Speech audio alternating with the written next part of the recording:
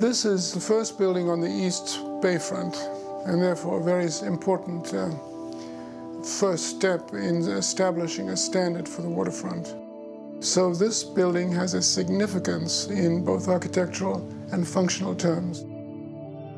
The first time Jack Diamond mentioned what was his vision for the public art within his building, he mentioned something that would clash with the architecture, something that was self-standing, something that had its own weight. The first concept we were thinking about is how do we bring nature symbolically into the building.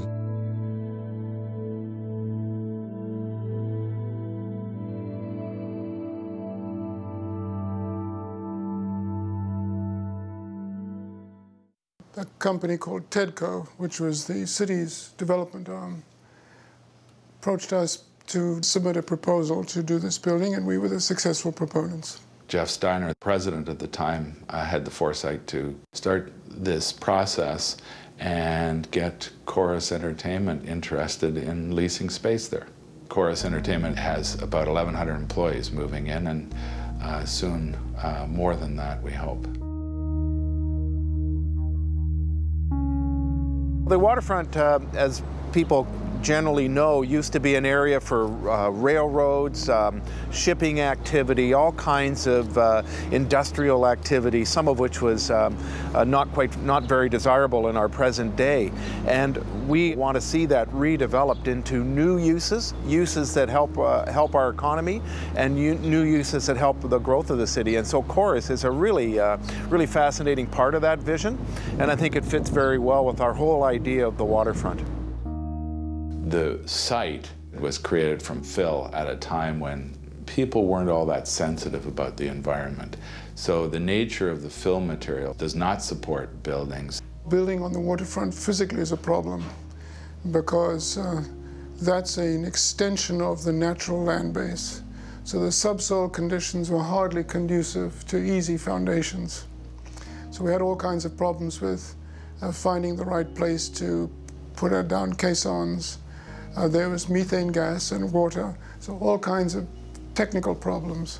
Because of the water table contamination, we created a whole series of protections, and we've demonstrated how these contaminated sites can be managed and create a safe and healthy environment for the people who work there. Everybody asked for a landmark building. Well, it's the opposite to many kinds of landmark buildings. Some landmark buildings are trying to do this when you can actually do that.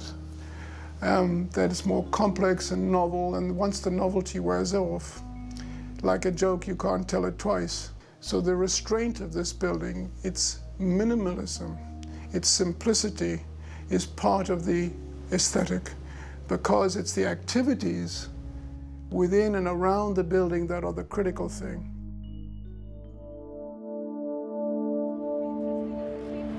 When we came the first time here in Toronto and met with the architect and the client, everybody was quite forward-thinking about the function of the public art, and I think that's quite unusual. I was asked to give them the framework within which they should be designing. The art had to have its own integrity, as the building does, and the building should be a background to the art. And so that the art should stand in close relationship, but in contrast. And I think the artist really enjoyed that.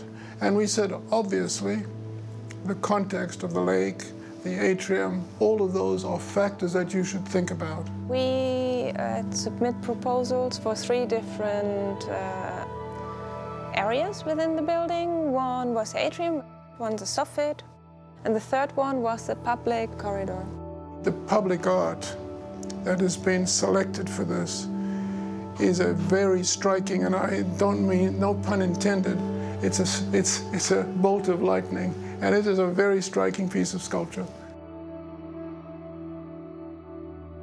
The lightning bolt is a big three-dimensional sculpture where what we try to do is reintegrating a very harsh representation of nature within the glass atrium.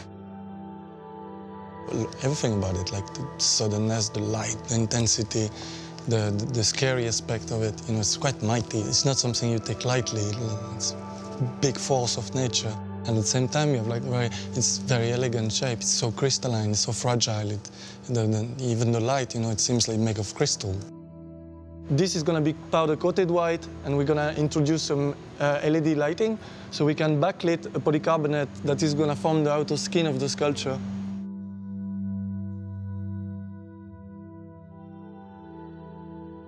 We looked at the space, and the ceiling was almost like a river. So from there we developed the idea to put modules of fishes underneath the ceiling and animate them. I think when you come around that corner and you see the 460 elements performing one like choreography, I think that would be very beautiful.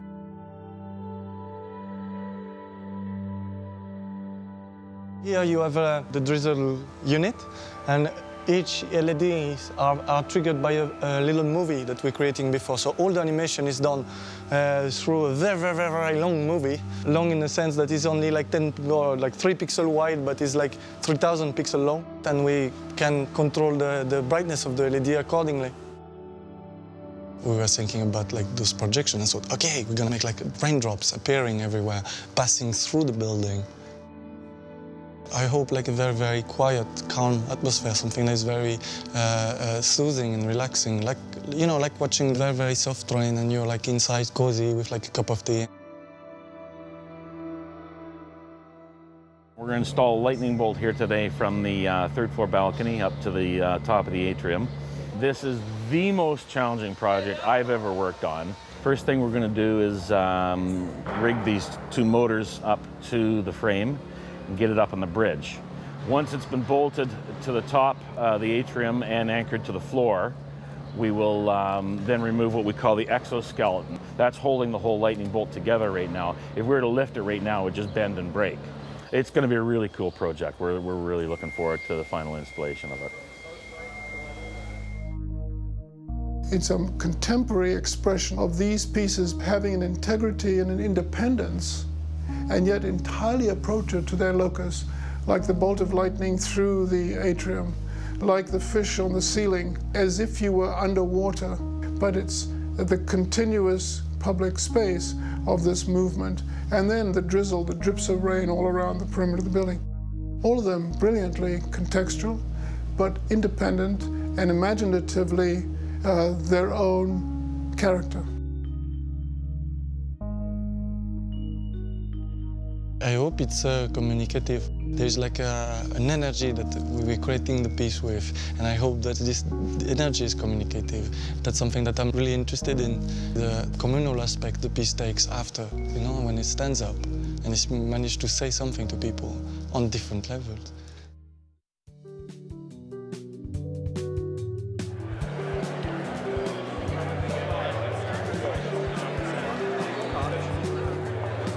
Hundreds and hundreds of people involved in making this beautiful building happen. They certainly earned their day, so I'm very happy. It's a great pleasure to be here, and we got the chance to do 3 amazing installations, and seeing people enjoying it is really what's rewarding, and for us every time surprising again. I'm so proud to have been part of this project. People are walking through the hall with their heads up like this all the way through. They've really done a brilliant job. Just seeing people in the building, space animated, experientially is what I was looking for, and I'm really very happy.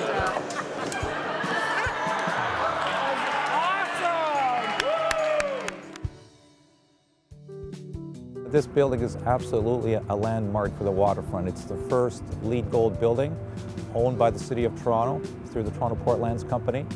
It's hard to imagine in 2007 this was an underutilized industrial site, polluted, considered to be a brownfield. And prior to any kind of construction, the site was remediated, and today we have developed the building that you see behind us.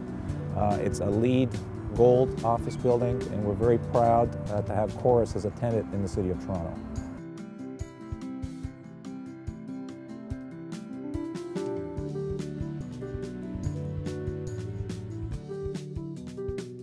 Not only is the construction of the building developed with a LEED certification in mind, meaning that it's energy efficient, but we also have created the first major development of any sort along the East Bayfront. And as such, it created the ability for other developments to happen along the east of Yonge Street. As you can see, the area is starting to become more animated, and we've attracted knowledge-based jobs to the waterfront. We're very proud, and we'll look forward to see what happens in the future.